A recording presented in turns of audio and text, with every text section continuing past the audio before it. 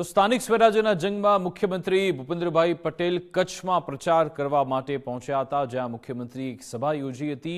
સાથે તેઓ માતાના મઢમાં પણ પહોંચ્યા હતા. મુખ્યમંત્રી માં આશાપુરાના મંદિરે દર્શન માટે પહોંચ્યા હતા. અહીંયા શાસ્ત્રોક્ત વિધિ મુજબ પૂજા અર્ચના કરી આશીર્વાદ મેળવ્યા હતા.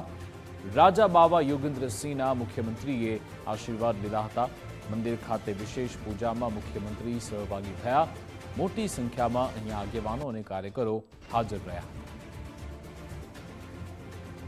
તો મુખ્યમંત્રીએ આજે કચ્છમાં સ્થાનિક સ્વરાજ્યના જંગ માટે પ્રચાર કર્યો હતો. આ તકે તેઓ માતાના મઢમાં પણ પહોંચ્યા હતા, જ્યાં માં આશાપુરાના મંદિરે મુખ્યમંત્રીએ દર્શન કર્યા હતા. પૂજા અર્ચના કરી આશીર્વાદ પણ મેળવ્યા હતા.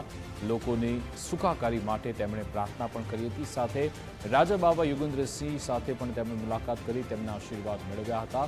મંદિર ખાતે જે વિશેષ પૂજા યોજાઈ ત્યાં મુખ્યમંત્રી સહભાગી થયા હતા અને આ તકે મોટી સંખ્યામાં ભાજપના આગેવાનો અને કાર્યકરો પણ હાજર રહ્યા હતા. ત્યાંની આ તસવીરો છે, જ્યારે રાજા બાવા યોગેન્દ્રસિંહ સાથે તેમણે મુલાકાત કરી હતી.